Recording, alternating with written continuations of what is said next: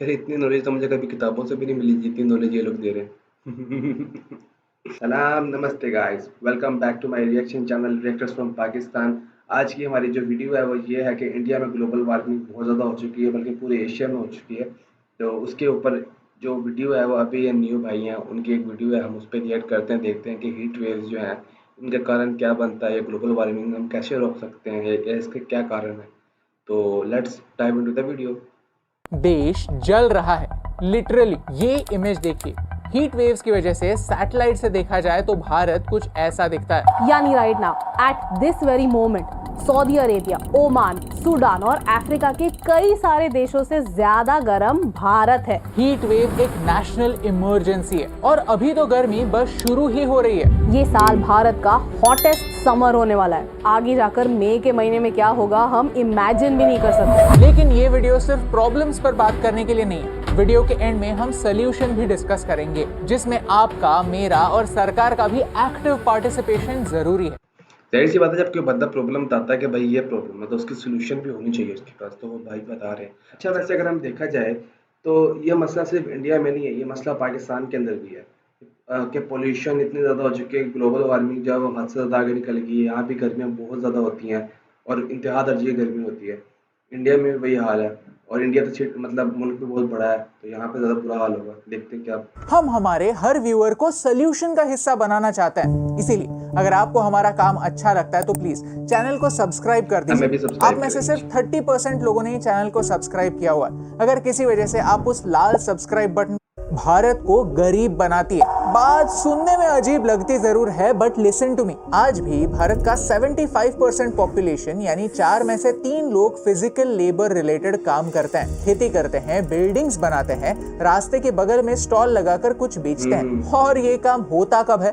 दोपहर के समय, यानी तपती गर्मी में। ऐसे ही अनऑर्गेनाइज सेक्टर पर 75% भारत निर्भर है, जो हमारे जीडीपी का 1/3 कंट्रीब्यूट करता है। गर्मी की वजह से प्रोडक्टिविटी 5 से 10% कम होती है, डिहाइड्रेशन होता है, जल्दी थकान महसूस होती है। तो अगर गर्मी की वजह से भारत काम ही नहीं कर पाएगा तो आगे कैसे बढ़ पाएगा? आप और हम प्रिविलेज्ड हैं। ऑफिस में हम इस गर्मी से सेफ होते हैं, तो हमारा गर्मी से सामना सिर्फ ट्रैवल करते समय ही होता है। मैकेंसी का एक रिपोर्ट कहता है कि भारत में 20 करोड़ लोग हीट वेव का शिकार हो सकते हैं। आंकड़े कहते हैं कि 2030 तक इस प्रोडक्टिविटी लॉस का जीडीपी पर इम्पैक्ट 2.5% से 4.5% तक होगा। That is $126 billion every year. हमारी सेंट्रल गवर्नमेंट जीडीपी का कुछ 2% हर साल एजुकेशन पर स्पेंड करती है। यानी हीट वेव से होने वाला अगर सारा नुकसान हम बचा पाए और वो सारे पैसे एजुकेशन के लिए एलोकेट कर पाए तो हर साल हमारा एजुकेशन बजट डबल हो सकता है। यानी इकोनॉमी को होने वाला नुकसान अवॉइड करके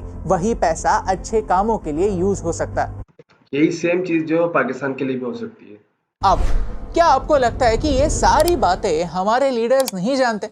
ऑफ कोर्स जानते हैं, लेकिन एनवायरनमेंट हमारी प्रायोरिटी बने तो कोई बात बने। यानी हम जहां भारत को 2047 तक डेवलप होने के सपने देख रहे हैं, वो सपने सिर्फ सपने रह जाएंगे। क्लाइमेट चेंज एक रियलिटी है।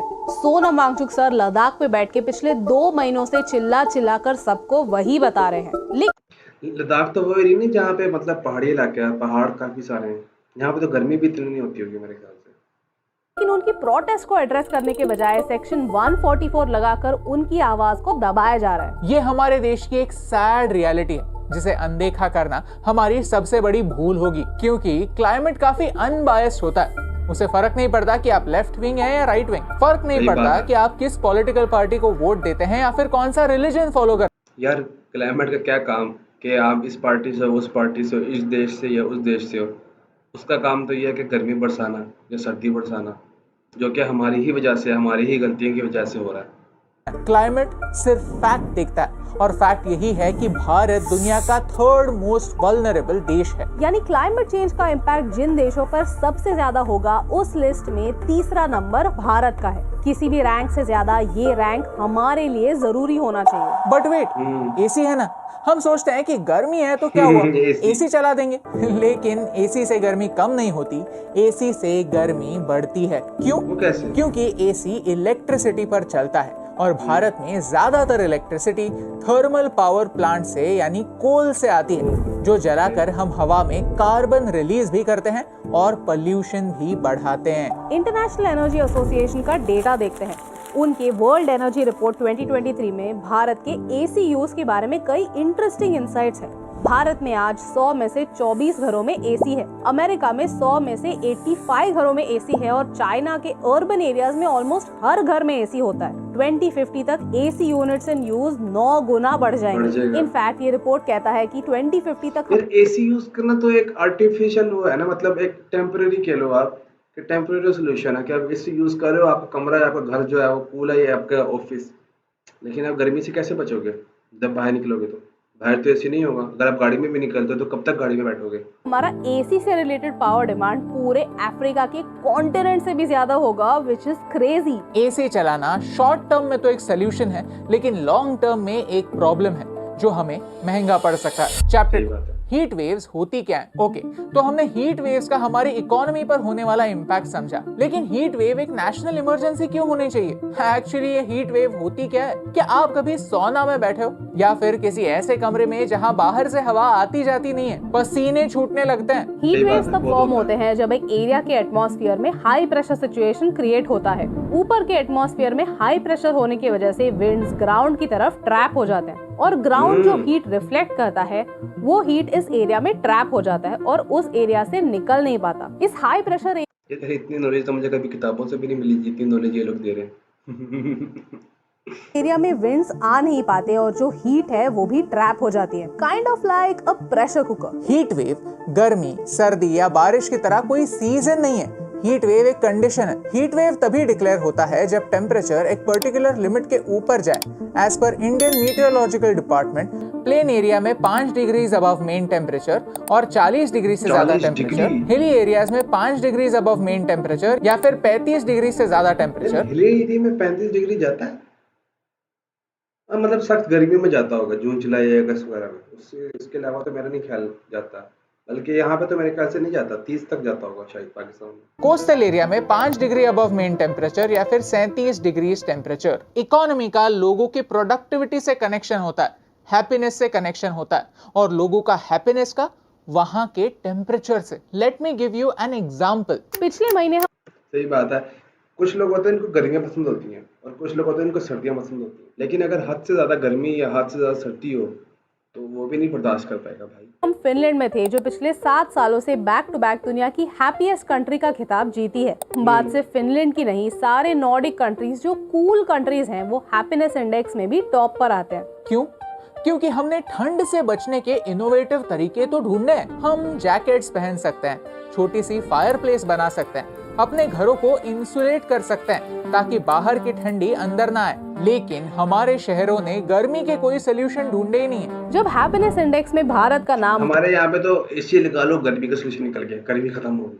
146 में से 126 रैंक पर आया तब हम सबको बुरा लगा। कुछ लोगों ने ये हैप्पीनेस इंडेक्स कितनी वैलिड है ऐसे सवाल उठाए, लेकिन हमें एक स्टेप आगे जाना होगा। सोचना होगा कि कैसे बदलते हुए एनवायरनमेंट का असर हमारे मूड पर, हमारी प्रोडक्टिविटी पर और हमारे इकोनॉमी पर भी हो रहा है। ये सारी बातें कनेक्टेड है, यही सच है। एक स्टडी के अनुसार मॉडर्न बिल्डिंग्स के टेम्परेचर पुराने घरों से 5 से 7 डिग्री ज्यादा होते हैं। बड़े बड़े शहरों में आपने ऐसे घर देखे होंगे जहां बहुत सारे लोग एक छत तक अफोर्ड नहीं कर सकते, तो फिर वो मेटल का रूफ लगाते हैं। मुंबई के 37% घर ऐसे ही हैं। मुंबई का मैप देखिए तो आप साफ साफ देख सकते हैं कि आरे फॉरेस्ट के अराउंड टेम्परेचर सबसे कम होता है और जहां पेड़ कम है वहां टेम्परेचर बढ़ता है। इसे अर्बन हीट आइलैंड इफेक्ट कहते हैं। ये तभी तो हम लोग कहते हैं कि ज्यादा से ज्यादा दरख्त उगाओ, जितने ज्यादा दरख्त होंगे उतनी ग्लोबल वार्मिंग कम होगी।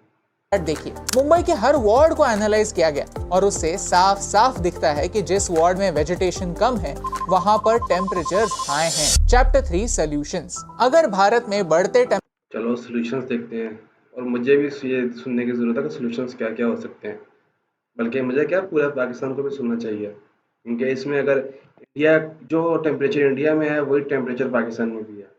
टेम्परेचर को मात देनी है तो हमें ब्लाइंडली वेस्टर्न आइडियाज को कॉपी करना बंद करना होगा। हम वेस्ट से जो नहीं सीखना चाहिए वही परफेक्टली सीखते हैं। फॉर एग्जाम्पल न्यूयॉर्क की ये स्काईलाइन देखिए, यहाँ आपको दिखती हैं कई सारी कांच की बिल्डिंग्स। ऊंची ऊंची कांच की इमारतों को देखकर लगता है कॉर्पोरेट सक्सेस चाहिए तो कांच की बिल्डिंग में ऑफिस होना जरूरी है। और उसी आइडिया को ब्लाइंडली कॉपी करके भारत में भी ऐसी कांच की बिल्डिंग्स बनने लगी।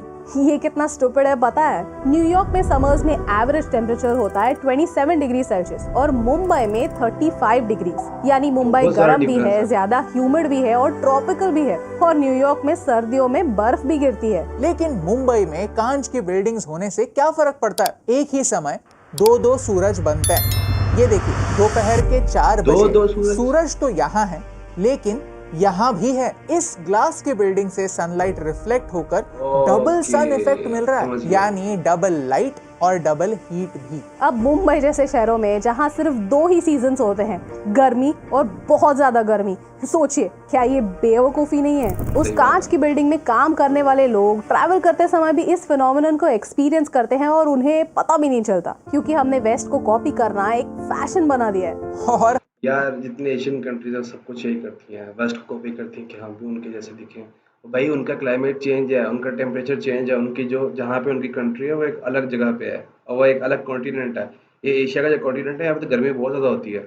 हम किसे कॉपी कर रहे हैं? उस सोसाइटी को जो फास्ट फूड के नाम पर हमें महीनों पहले बना हुआ बासी खाना खाने के लिए कहते हैं। उस सोसाइटी को जो केले को भी प्लास्टिक में रैप करते हैं ताकि अंदर का फल गंदा ना हो। कितना अच्छा होता ना कि अगर केले को भी एक नेचुरली कवर होता जिससे वो अंदर भी डैमेज ना हो और फ्रेश रहे।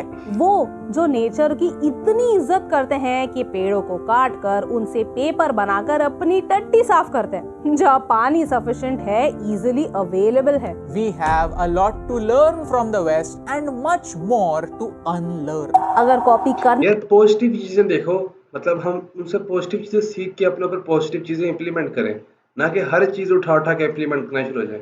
इससे हमारा नुकसान है, क्योंकि हमारा और उनका टेम्परेचर बहुत फ़र्क है।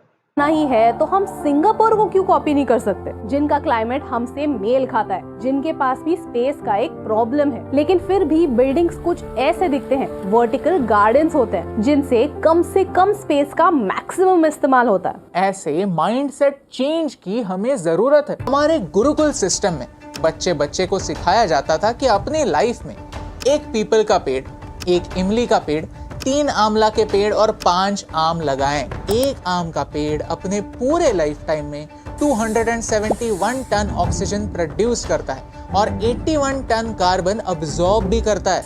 ये उतना ही कार्बन है जो 5 एसी 1000 घंटों। यार एक चीज़ सोचने वाली है, चलो अब तो साइंटिस्ट हैं, मशीनें हैं, ये डिफरेंट इंस्ट्रूमेंट्स हैं जिससे हम मतलब बता सकते हैं। पहले ज़माने के लोगों को मतलब उनको किस तरह पता था कि भाई ये चीज़ इतनी है, ये इतने परसेंट है, ये इतने परसेंट है। गलत की बात है। और वो उन्होंने किताबों में लिखी हुई है, ऐसे सुनी सुनाई बातें नहीं होती, किताबों में भी लिखी होती हैं ये चीज़ें। और किताबें जो अल्टरनेट नहीं होती, जब आप एक दफ़ा लिख देते हो वो लिख देते हो। के लिए चालू रखने पर इमिट होता है। समर्स में आम खाते तो सब हैं, लेकिन आम लगाते कितने हैं? नेचर से जो हम लेते हैं उसे वापस ही नहीं देते। इसीलिए हमने पिछले 3 सालों से शुभजीत सर के साथ आपसे, हमारे ऑडियंस से आम की गुठलियां कलेक्ट की और उनसे पेड़ लगाए। आम का पेड़ लगाने में पहली साल हमने सिर्फ 11,000 पेड़ लगाए, फिर मेहनत किया, आप लोगों का अच्छा, सपोर्ट आया। पाकिस्तान के अंदर भी ना जो इमरान खान की भी हुकूमत मतलब गुजरी है, उसमें भी उसने 1 मिलियन ट्री जो थे वो लगाए हैं खैबर पख्तूनख्वा के अंदर, केपीके के अंदर, और उससे भी काफ़ी सारा वहाँ पे कंट्रोल हुआ। 24,000 पेड़ पहुंच गए और पिछले साल आपके हेल्प से 65,000 पेड़ हम लोग लगा चुके हैं। हमें सिखाया जाता था कि एक फूल तोड़ने से पहले हमें हाथ जोड़कर पेड़ को थैंक यू कहना चाहिए। तो ये संस्कार हम आज क्यों भूल रहे हैं? चलिए एक कदम उठाते हैं, इस साल आम से खास बनते हैं। सुखाइए ताकि वो होगा कि हमें गुड। तो आज की हमारी वीडियो यहीं पे ख़त्म होती है। जैसे कि हम देखा कि ग्लोबल वार्मिंग जो है वो बढ़ती जा रही है और हमारी ही गलतियों की वजह से, हम इंसानों की वजह से ही बढ़ रही है। तो हमें इसको कंट्रोल कैसे करना है, उसके सॉल्यूशंस भाई ने बताए हैं, जो कि अच्छे सॉल्यूशंस हैं। हमें पेड़ उगाने चाहिए ज़्यादा से ज़्यादा, हमें ट्राई करना चाहिए कि हम मशीन्स, ऐसी मशीनें जो ज़्यादा चीज़ें मतलब फ्यूम्स छोड़ी, केमिकल्स छोड़ी, कम से कम इस्तेमाल करें।